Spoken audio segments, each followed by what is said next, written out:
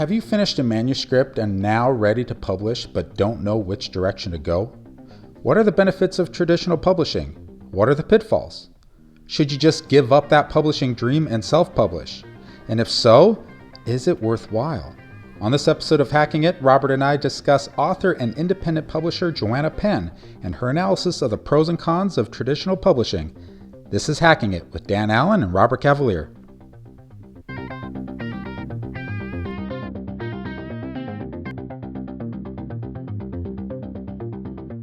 Well, hello, we're back with Dan and Robert and talking about publishing. Today we're focusing on something that's really been in our minds, which is the pros and cons of publishing and self-publishing. That is, publishing it traditionally or going the indie route. Okay, so according to this article from the Creative Pen called Pros and Cons of Traditional Publishing versus Self-Publishing, and this is written by Joanna Penn.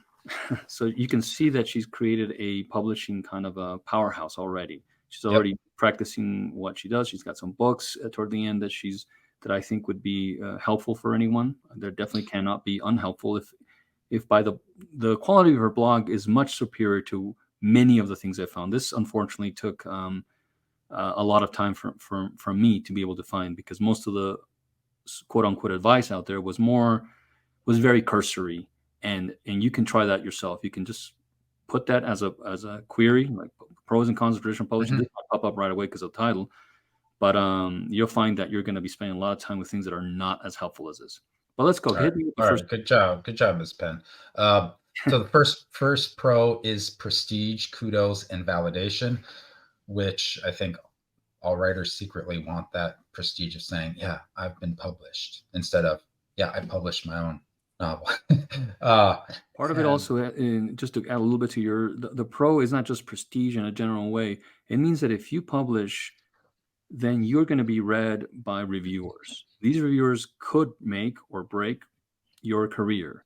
So the pro of it could be that you come into an attention of a wide market, because somebody has some good things to say about what they found in your writing. There are prizes that are out there that you'll be qualifying for if you are successful. For most people, it might look like a very moderate success, but you're just at least peaking yourself out and creating a professional life. That's a good point, because to get, if you're self-published, you have to really work hard to get those reviews. You will not likely get that. You almost have to just give up that dream, because it will not happen. They do not, from even the research that's here, they do not, and that's going into the con of it real quick. That's one of the cons of this one. You will not have that. You will not come into attention unless you are a complete breakout. And please don't bank on that. Don't bank on the unreal. Bank on what's going to mostly happen. That you're just going to be selling 300 books for maybe, if you're lucky, a year. And that's what that looks like. It's not going to be read, and they do not, most prizes and most places, and there are places that do not accept books for consideration that have been published by the person. Yep, that's a good point. Another pro is print distribution in bookstores is much easier. Now, it's worth saying that it's harder and harder to find bookstores, so it's not as key in terms of success anymore. But again, if you want to see your book in a bookstore, the traditional route is the way to go. Another pro is having an established professional team to work with. That's editors, cover designers, formatters, and marketing help. That is critical. And I think most writers don't come from a place where I'm really good at all of these other things besides writing. And so that makes it a lot simpler and easier. I'd be way more comfortable with a team saying, hey, we've got this. It's not your cost. That's probably me, that's literally the biggest pro, is that they take that critical part of the job. And I'm focused on writing as a writer, on the writing, on responding to the editing, making those fixes. I'm comfortable with that. Yeah. You can find a good relationship between yourself and a publishing house and editor. That's, for me, the dream job. That's my dream job. Because then it goes much more smoothly. The con of that would be for someone who might not like to work with an editor, has no experience. I don't have that experience, but you do need to know how to work collaboratively. You and I are starting to work collaboratively, and even then, I want to make sure that during, even though we know each other so well, that I'm being respectful of, and that's not the right word to use. Of course, I'm respectful, but that I'm communicating that I value your ideas and I'm responding to them and creating something. So a con could be that if you're not willing to do that, and you think your work is just the Mona Lisa of literature, you might not be ready for regular publishing, because it's going to be a humbling experience. You're not going to, I'm going Yep. to tell you right now, you're not ready. You need to rely on this. You've created a book that's unique for the world, for the whole universe, as far as we know. And it's going to always be yours. You're going to own that book in some way. But once you give it up, once you sell it, that's it. You've sold it, and you cannot work in that world anymore unless you have some specific rights to do that. In other words, you can't write any more characters based on that idea. You can't use anything. You've totally sold it. It's someone else's now. If they want to commission you to keep working in it, okay, but that is also very unlikely unless it's a complete success. No, that's a huge Huge. con. So that's no, it is huge. You do lose creative control. Tied to another pro, to the last pro that I mentioned, is there are no upfront financial costs to be traditionally Yeah, published, huge. and there's usually some kind of advance against royalties. Can you imagine that? Getting a check upfront for a book that you've written. That, I mean, I think that's part of every writer's dream. And then there are literary prizes. You've already mentioned this, and critical acclaim are far more likely through the traditional publishing routes, because, like you said, a critic is not going to waste their time on something that's self-published. They're only going to take something that they feel is worthy of their time and effort and review. And and that's whether right or wrong, whether that stigma is going to at some point go away for self publishing. It is there for sure. And then there's one more from this article: the potential to become a brand name author. So to have your name synonymous with a particular genre or particular publishing house or publishing company is going to try to turn you into a brand, for better or worse. And we can definitely talk about cons in that. But the pro is that they're going to try to make your name bankable. Absolutely.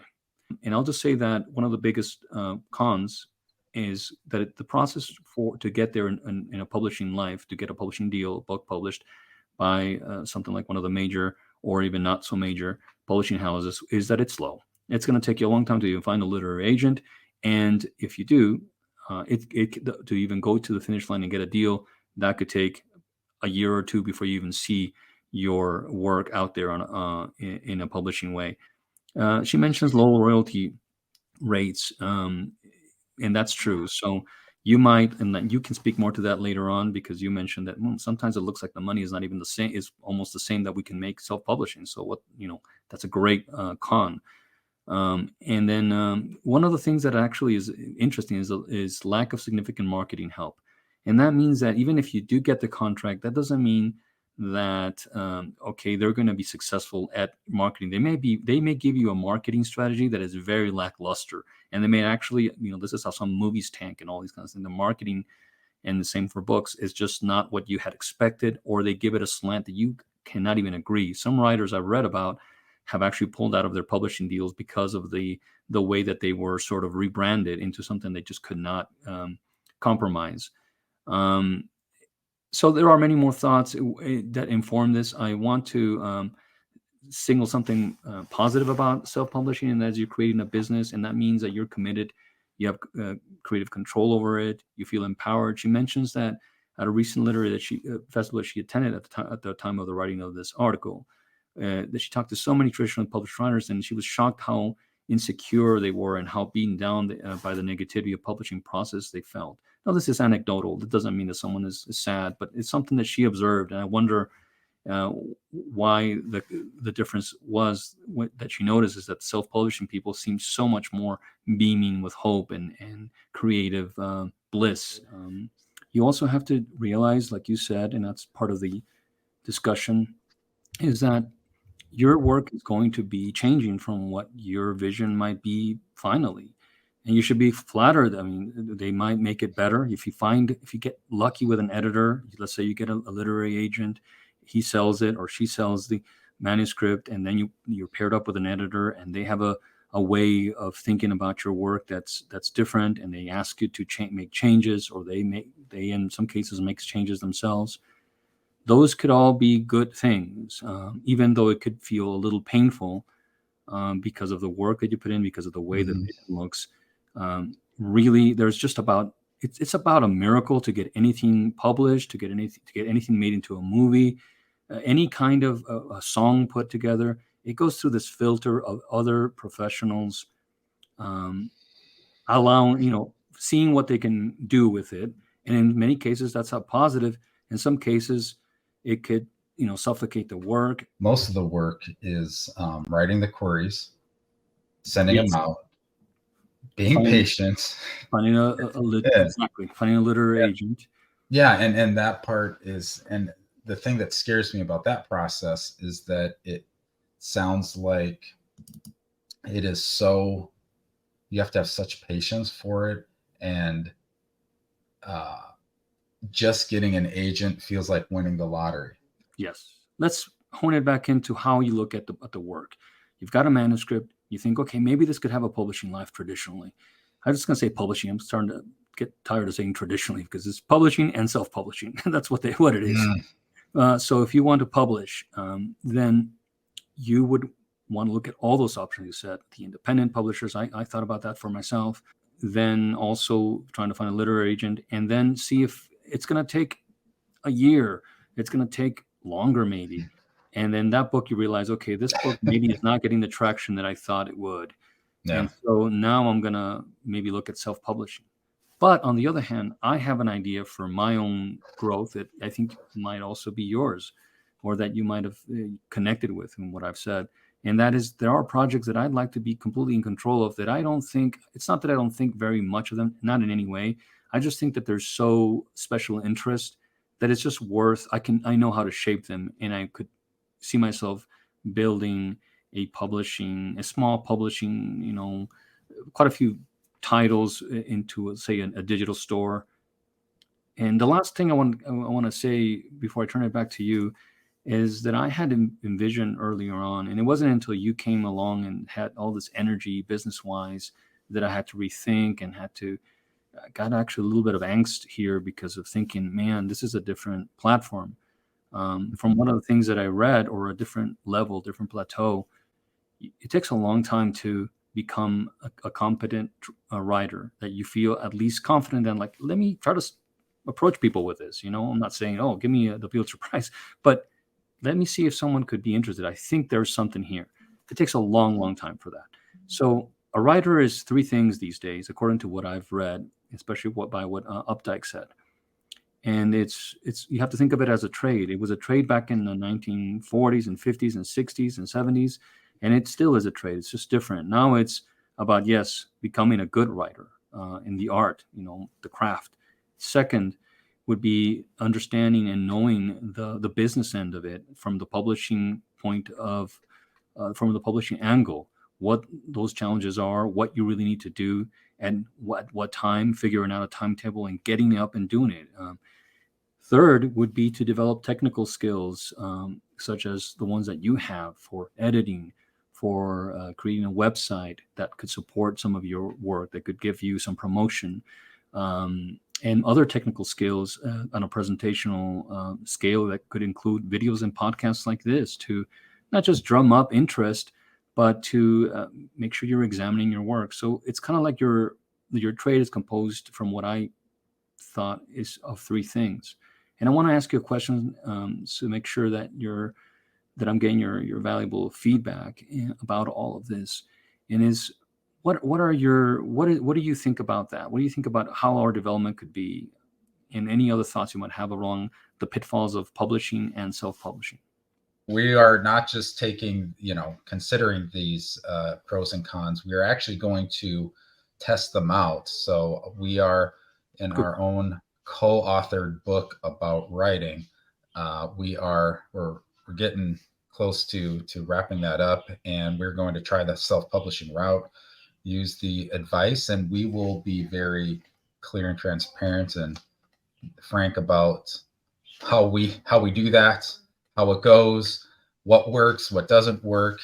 I shared with you outside of this a little bit of what I'm planning on, and I want to credit you a huge amount for that, because you've sort of stoked the fire of let's make this a professional career, and I think we're ready. And you really are I just value so much our friendship, because I know that you've given credit for giving you some motivation at some points, but I give you so much credit for making me believe that this can be a route that we need to absolutely hit the road with. And that's something you got to do. You can't just be like me. I tend to be a little bit more reclusive and think I want to. Writing it alone is an incredibly intimate and immersive experience.